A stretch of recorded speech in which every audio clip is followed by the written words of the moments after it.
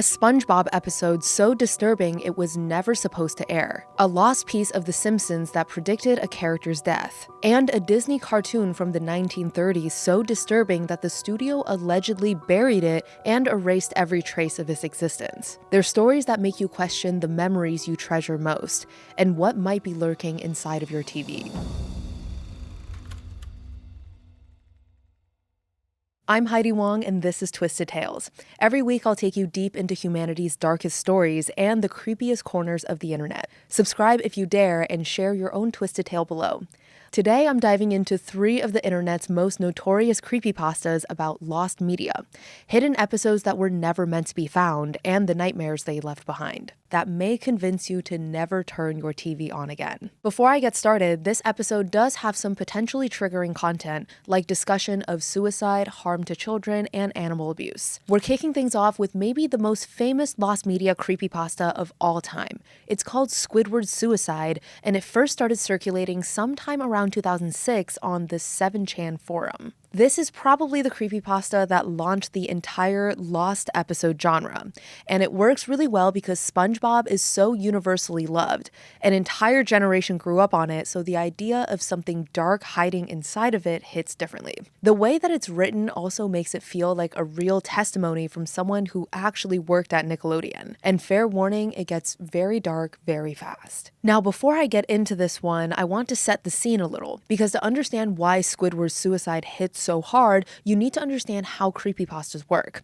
They use a format that makes you believe you're reading something real, a confession, a leaked document, a first-hand account of someone who saw something that they weren't supposed to see. Kind of like Russian sleep experiment, how they were positioning it as totally a real thing that we weren't supposed to know. And that's why people were so scared. And that's exactly what this story does. The details are so specific, so mundane in places that your brain starts filling in the gaps and going, wait, could this have actually happened? I'll let you decide for yourself. Here's the story. A new intern lands a dream gig at Nickelodeon. He's fresh out of college, thrilled to be working on one of the biggest animated shows in the world, SpongeBob SquarePants. It's 2005 and the show is deep into its run.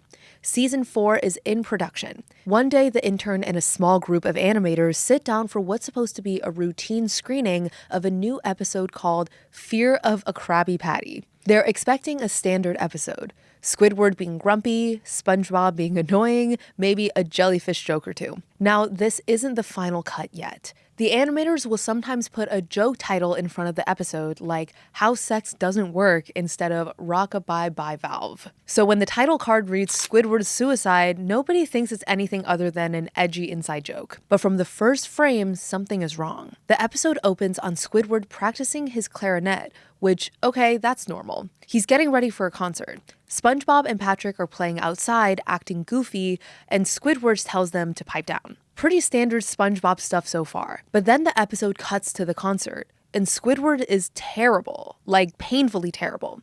The crowd boos him. They throw things at him. The animators watching the screening figure this is just classic Squidward. He always gets humiliated. That's the joke. Except the booing doesn't stop. It goes on and on, way longer than any gag should last. And then SpongeBob is there too, booing with them. It's definitely out of character, but that's not the worst part. It's that everyone in the crowd has these hyper-realistic looking eyes. Not quite footage of actual eyes, but not a hand-drawn cartoon either. Something in the middle, out of the Uncanny Valley. And the pupils are all bright red. The interns and the others don't really know what to make of it. This doesn't seem right to them, but they're not writers. Maybe this will still pay off in some way. The next scene starts and Squidward is sitting on the end of his bed after the concert. He's just sitting there in silence.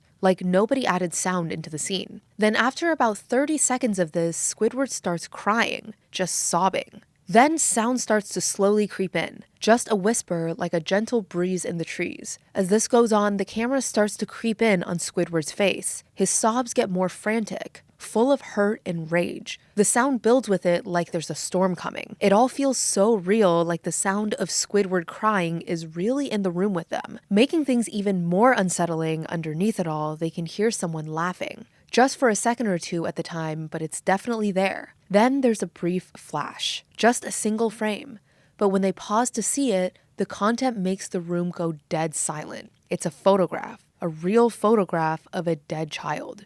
His body is mangled in ways too horrible to describe. This doesn't seem like a Photoshop job, and it doesn't seem like a crime scene photo. The person who took this one is the person who killed that kid. At this point, the people watching can only hope that it's some kind of sick joke, so they keep watching. The screen goes back to Squidward. He's sobbing even louder than before, and this time his tears are red, like he's crying blood. The sounds of the storm are like a hurricane, and now the laughing is louder, deep. More images flash. More photographs of dead children, all mangled in some way. They're spliced in between frames of Squidward crying on his bed. Meanwhile, Squidward's tears keep flowing, becoming more realistic, like it's actual blood flowing down his face. And then he looks straight at the screen. His eyes are like the audience at the concert, bloodshot, red, and pulsing. Then that deep, laughing voice speaks. It says, "Do it." And all of a sudden, there's something in Squidward's hands. He puts it in his mouth and pulls the trigger. Like the rest of the episode, this sequence is all rendered hyper-realistically. It's the most disturbing thing that any of them have ever seen. According to the story, the animators immediately reported the footage to the show's creator, Steven Hillenburg. He launched an investigation to figure out who did this, and it turns out that someone did tamper with the file. But it was changed only 24 seconds before it was screened, and they never figured out who was behind it. And they never identified who took the photos of the children either.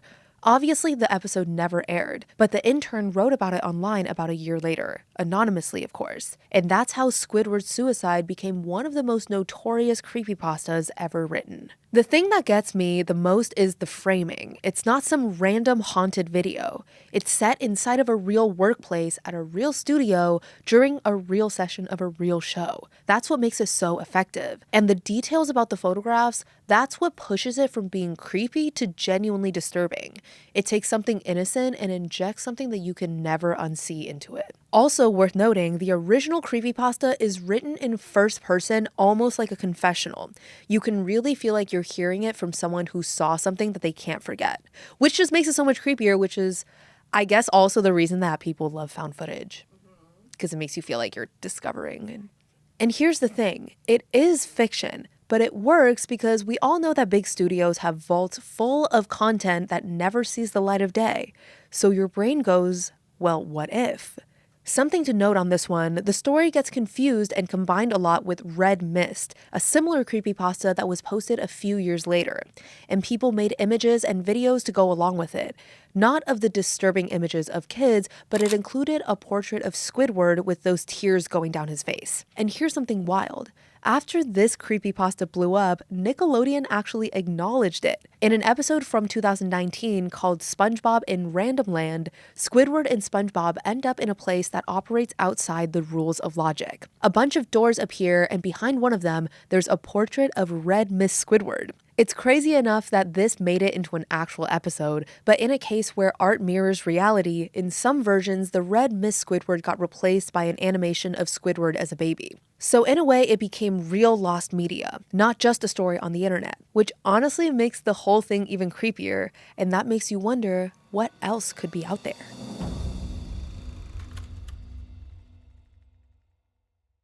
Okay, so our next story goes after another beloved animated show, and it involves one of the most famous creators in television history. Now, if Squidward's suicide works by corrupting a cartoon you associate with silly, harmless fun, Dead Bart does something even more ambitious. It goes after a show that's been on air for over 35 years, a show that's so deeply woven into pop culture that people quote it without even realizing it. I'm talking, of course, about The Simpsons. And here's the thing about The Simpsons. It already has this huge mythology around it. The show has been running for so long and has made so many offhand predictions that turned out to be true, from Trump's presidency to Disney buying Fox, that there's a whole genre of internet content dedicated to Simpsons predictions. People genuinely believe the show can see the future. So when a creepypasta comes along that leans into that mythology, it has a head start on being believable. It's called Dead Bart, and it was first posted online around 2010, credited to a user going by K.I. Simpson. And unlike Squidward's suicide, which is told from the perspective of an intern, this one is told by someone who claims they directly confronted the show's creator, Matt Groening. If Squidward's suicide is the king of lost episode creepypastas, Dead Bart is the crown prince. What makes it different is that it doesn't just tell a scary story, it tries to implicate a real person. Matt Groening, the guy who created The Simpsons, Futurama, Disenchantment, one of the most successful people in animation. So here's how it starts. The narrator describes themselves as a huge fan of The Simpsons. They're obsessive. They know every episode, every couch gag, every background joke. They've cataloged the entire series. And they know that there's supposedly a lost episode from the very first season called Dead Bart. Matt Groening supposedly wrote it himself, and it had him extremely on edge. But before the episode aired, it was replaced by another one, Moaning Lisa. After that, nobody talked about the episode again. It turned into a rumor passed around the Simpsons superfans. And one day, the story's writer was at an event with David Silverberg, one of the original animators on the show. Someone in the crowd asked him about Dead Bart, and Silverman just walked off stage. Q&A over. And that was the first time the writer heard about Dead Bart, and it led them down a rabbit hole more disturbing than they could have ever imagined. Eventually, the writer got a chance to meet Matt Groening at a fan event. They managed to catch him as he was leaving the building to ask about Dead Bart. I could see it happening. He's like, I don't want to talk about this. He's getting chased. According to the writer, the moment they brought it up, Groening's face went pale. His smile vanished. He got visibly upset, like someone had just dug up something he spent decades trying to bury. Groening didn't deny it. He didn't laugh it off. He just said very quietly that he didn't want to talk about it. And then he gave the narrator a website address. He wrote it down on a napkin with a trembling hand and begged them to never mention it again. The website was bare bones, black background, no text except a single download link. Guys, don't ever click a single download link. I don't even click email sometimes. This person is so brave. What do you mean? The writer clicked the link, and the file made their computer completely shut down. What did I say? That's crazy that they clicked the link. Oh my God. But they were able to get it onto a CD, and when they opened it, they found the file for Dead Bart. The episode starts normally, but everything is just a bit off. The animation is crude, and the characters aren't quite themselves. Homer's angrier than usual. Marge is depressed. Lisa's more anxious than usual. And Bart is angry, like he genuinely hates his parents, not in the joking way that he normally is.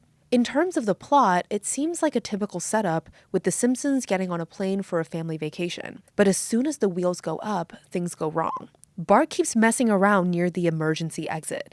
Homer tells him to knock it off. Marge tells him to sit down, but Bart doesn't listen. And then the window breaks, and Bart gets sucked out of the airplane. Now, if this was a normal Simpsons episode, you'd expect a cutaway, a joke. Bart's done crazy stuff before, but this time it's different. This episode doesn't play it for laughs. There's no last-minute escape. Bart hits the ground. He doesn't survive. And when they show his body, it's drawn in photorealistic detail. The next part has the rest of the Simpsons sitting around a table in tears. For the next few minutes, they just sit there, crying. And like in Squidward's suicide, it's uncomfortably real, like they're genuinely grieving. As this goes on, the animation starts to degrade, until Homer, Marge, and Lisa were barely more than shadows with a few colors mixed in. Meanwhile, there are faces flashing in the windows, never long enough for you to know what they look like. It goes like this until the commercial break, and when the show comes back, it's even more horrifying. A year has passed. The Simpsons are still at that table. They're so thin, it seems like they haven't eaten anything the whole time. Finally, they get up and decide to visit Bart's grave. As they walk through Springfield, the town is abandoned, every house empty and decayed. When they get to the cemetery, Bart's body is splayed out in front of his tombstone, looking just like when it fell out of the plane. The other tombstones are for every guest star to appear on The Simpsons, but remember, this is just season 1. These are the names of everyone who'd appear on the show in later seasons. I know there's a gag of The Simpsons predicting the future, but this just takes it to a disturbing new level, especially because of the dates on the tombstones for some of them, like Michael Jackson and George Harrison, were the actual dates they'd eventually die.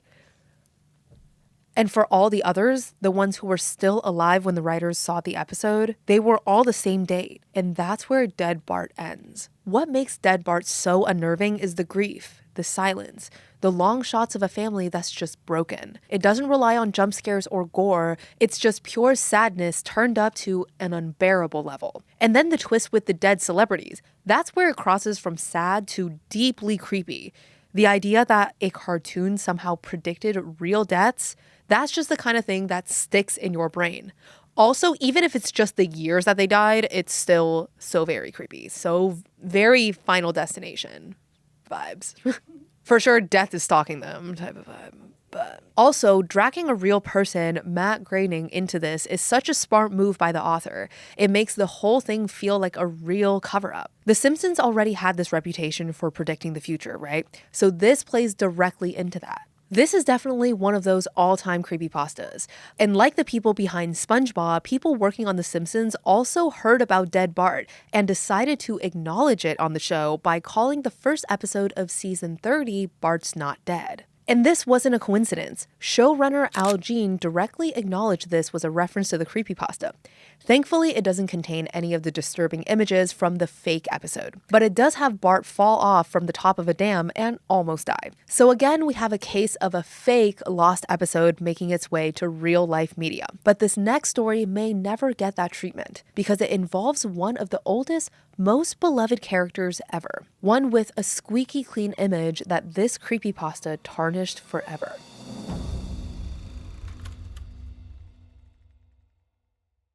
Alright, so our last story today takes us all the way back to the golden age of animation. We're not talking about Nickelodeon or Fox. We're talking about the most powerful entertainment company on the planet, Disney. This story is called Mickey's Best Friend, and it was originally uploaded in 2013 by a user called K. Rokon. And it makes you look at Mickey and his friends in a horrifying new way. If Squidward's suicide and dead Bart corrupt something beloved by certain generations, Mickey's Best Friend goes back even further. It corrupts the foundations of animation entertainment itself. Disney in the 1930s was genuinely kind of dark. Steamboat Willie, the early silly symphonies, they had an edge that Disney later smoothed over. So the idea of a truly disturbing early Disney cartoon isn't that far-fetched. And this one isn't just about something hidden in a cartoon. It claims to explain something that Disney fans have debated for years. Why does Goofy walk and talk like a person, but Pluto, who is also a dog, walks on all fours and can't speak? This creepypasta gives you an answer, and it's horrifying. Fair warning, this one might ruin Pluto for you forever. According to the creepypasta, this cartoon was a real 10-minute short that actually played in theaters. This thing was shown to audiences, including kids, on November 15th, 1929. Right at the beginning of Mickey's career, just a year after Steamboat Willie had made him a star. The short was animated by Ub Iwerks, the legendary animator who co-created Mickey Mouse with Walt Disney, and the music was composed by Carl Stalling, who'd later become famous for scoring Looney Tunes. This was a real production with top-tier talent behind it. The story goes that Walt Disney wanted to make a Halloween-themed Mickey short, and he had a philosophy at the time that kids were being dumbed down by other cartoons. He thought that they were mature enough to handle darker material, so he pushed the envelope. And for this particular cartoon, he pushed it way, way too far. It opens with Mickey driving to work. Pretty normal. But his car breaks down and he gets out to check it. When he realizes it can't be fixed, Mickey gets depressed. He's just sitting on the side of the road, defeated. That's when a new character shows up, a dog named Eustace. He walks upright, he talks, and he's got a personality.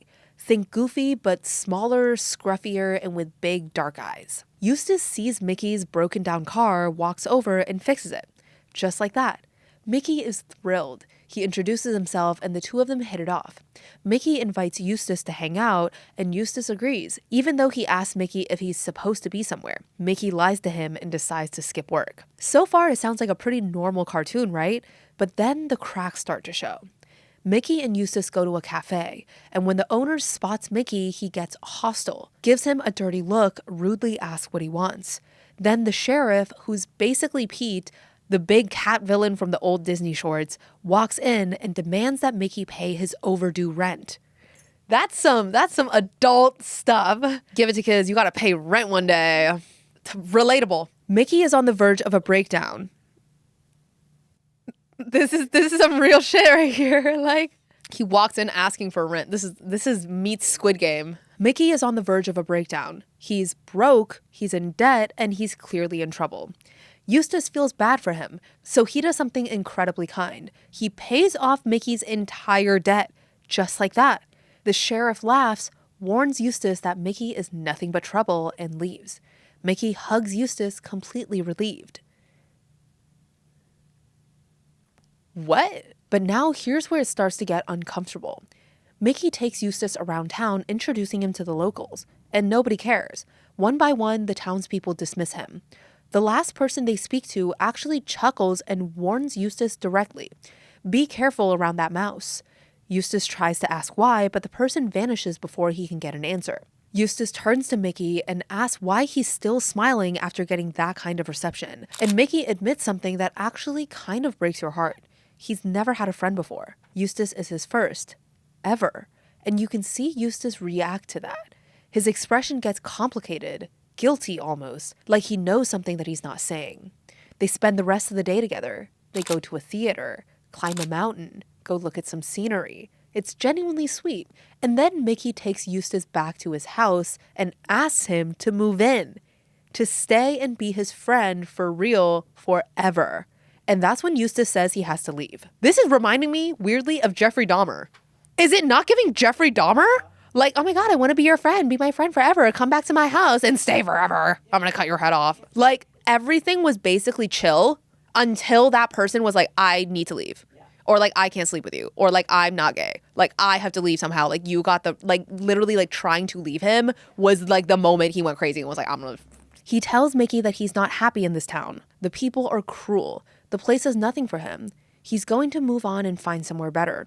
He apologizes and he says some encouraging words and then he heads for the door. Mickey doesn't take it well. He rushes forward and grabs Eustace by the leg. He begs him to stay. Eustace shakes his head.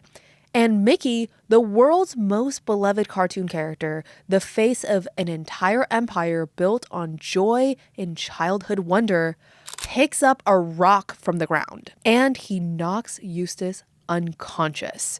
The next scene is the one that got this cartoon banned and where things get genuinely dark. Mickey is walking down the stairs to his basement. He flicks on the lights, and there's Eustace, tied to an operating table, still knocked out cold. Mickey starts crying. He's sobbing, apologizing to Eustace's unconscious body, telling him that it has to be this way, that he can't be alone anymore, that he won't be alone anymore. He keeps repeating it over and over, louder and louder, and then he reaches under the table, pulls out a knife, and the camera cuts away. We don't see what happens next. The actual operation takes place off screen, but we hear it, and according to the creepypasta, what we hear is not pleasant. When the scene comes back, Eustace wakes up, and everything has changed. Eustace has been transformed into a regular four-legged dog. He can't speak, he can only bark. The cartoon shifts to Eustace's point of view, and we watch through his eyes as he looks down at himself and starts to panic. He's frantic. He's barking, whimpering, thrashing. He doesn't understand what's happening to him. And then Mickey walks in. The moment Eustace sees him, he stops panicking. He stops barking. He stops struggling. He looks at Mickey, and something in his eyes goes blank. Whatever Eustace was, whoever he was, is gone. In its place is something else. Something obedient. Something loyal. Something that won't leave. Eustace pounces on Mickey and licks his face like a good dog. Mickey smiles, that big, classic Mickey Mouse smile. And he tells Eustace calmly, sweetly, that nobody will ever know about this, that it'll be their eternal secret. And he says one more thing. From now on, your name is Pluto. The final shot zooms out from Mickey's house. In the distance, you can hear the sheriff laughing and the voice of the townsperson who tried to warn Eustace earlier. The iris closes, the cartoon ends. And here's where the creepypasta gets really unsettling, because it doesn't stop at the plot. It gives you the backstory. According to the story, production of the cartoon was a nightmare. The animators, including Iwerks himself, were deeply uncomfortable with the script. Iwerks was reportedly disgusted by the basement scene and demanded that the operation be censored, which is why it happens off screen. The whole production dragged on for months because the staff simply didn't want to finish it. There was even an undisclosed budget, which people speculate was because the animators demanded higher pay for working on something this disturbing. But Walt pushed it through. He was convinced that kids could handle it. They couldn't. Because not all of them are crazy like me, I guess. At like 10 years old, I'm like, yeah, give me more of this. Give me. When the cartoon finally hit theaters, the backlash was immediate and brutal. Parents reported that their children were having nightmares about being operated on by Mickey Mouse. Young kids became terrified of being left alone, especially at night. Some children required constant supervision afterward because the cartoon had shaken them so badly. Parents threatened to press charges. My parents just laughed. They were like, you can't sleep because you watched The Grudge and some Japanese lady is crawling on your ceiling now? That's hilarious. Go back to bed. Like, tell her hi. Don't come in here again. Walt panicked. He ordered every copy of the cartoon destroyed. He wanted it erased, wiped from Disney's history like it never existed. And for decades, it worked. There used to be a website that hosted screenshots from the cartoon, but even that is gone now. Most of the people who worked on the short are long dead, and the ones who survived to old age refuse to talk about it. The creepypasta suggests that this was out of guilt. When you read it, you'll know that it's not real, but the story's implications are what stick with you. Because if you're a Disney fan, and let's be honest, who isn't, you know that Pluto eventually became one of Mickey's most iconic sidekicks. He shows up in hundreds of cartoons. He's loyal, he's lovable, and Mickey is absolutely devoted to him. In later shorts, Mickey gets extremely worried whenever Pluto runs off or gets lost. He would risk his life to save his best friend. And now, according to this creepypasta, you know why. Pluto isn't just Mickey's pet. Pluto is Mickey's prisoner. A person who was stripped of everything that made him a person. His voice, his identity, his ability to walk upright and think for himself. Because Mickey couldn't handle being alone. And the worst part? Nobody in the cartoon's world seemed to care. The sheriff laughed. The townspeople walked away. Eustace came to a town where everyone knew what Mickey was capable of, and not a single person did anything to stop it. They just warned Eustace and let it happen. Okay, that twist absolutely destroyed me. The idea that Pluto, sweet, lovable Pluto, was actually a person that Mickey mutilated and brainwashed into being his pet. I will never look at a Mickey cartoon the same way again, and now every time I do, it will remind me of Tusk. What makes this one so effective is how it recontextualizes something that you already know. Every time Mickey hugs Pluto in a cartoon, every time he panics when Pluto runs away, it takes on this completely different, horrifying meaning. It's control. And I love that the creepypasta gives you the production backstory. The animators being uncomfortable, iWorks demanding the censorship, the parents' outrage. It just makes the whole thing feel documented. There's also something really clever about how the townspeople reacted. They know what Mickey is. They warn Eustace, but no one actually intervenes. It's this dark little commentary on bystander behavior. Everyone sees a monster and no one does a thing. And here's the detail that gets me. Disney fans have always pointed out that it's weird how Goofy is an anthropomorphic dog who walks and talks, while Pluto is a regular dog who walks on all fours and can't speak. Why are there two different kinds of dogs in the Disney universe? This creepypasta gives you the most terrifying possible answer. Because Pluto used to be like Goofy until Mickey got to him. The creepypasta even notes that the character who warned Eustace would later become Goofy, and that Eustace's design looked a lot like Goofy's. Think about that for a second. Goofy looks at Pluto every day and sees what he could have become. Oh, that's even scarier. What connects all three stories is the idea of being violated. SpongeBob, The Simpsons, Mickey Mouse. These are things that we associate with safety, with childhood, with comfort. And these creepypastas take that comfort and twist it into something horrifying. There's something uniquely disturbing about the idea that the thing scaring you is hiding inside of something that you love. It's not a monster under the bed. It's the bed itself. Lost media creepypastas also tap into a real phenomenon. Studios do have vaults. Episodes do get pulled. Content is buried. We do know for a fact that there are entire films and shows that were produced and never released. Disney alone has shelved projects, locked away controversial content, and scrubbed things from their history. So these stories live in that gap between what we know exists and what we'll never be allowed to see. And I think that's why lost media creepypastas have their own breed of horror. Because they're not asking you to believe in ghosts or demons or monsters. They're asking you to believe that something that was produced by real people was eventually covered up. And in the age where a lot of things get leaked, that's not really that hard to believe. What I also find fascinating is the way that these stories spread. They start on a forum. Someone reads it and then retells it on Reddit. Someone else makes a YouTube video about them. Before long, there are fan animations, analysis videos, reaction videos, even official nods from the studios themselves. The stories become bigger than the original post. It takes on a life of its own. And that's kind of the ultimate creepypasta move, right? The story escapes the screen. And honestly, that's what makes the internet so powerful and so scary at the same time. It's a place where buried things get dug up. It's where secrets don't stay secret. Where someone, somewhere, always knows the truth. The question is, do you really want to find it?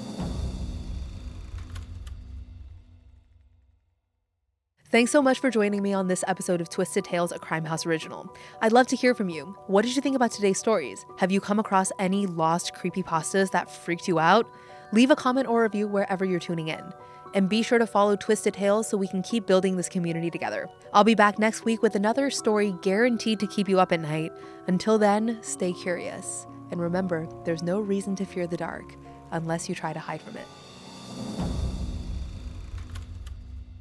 If you're brave enough, subscribe now.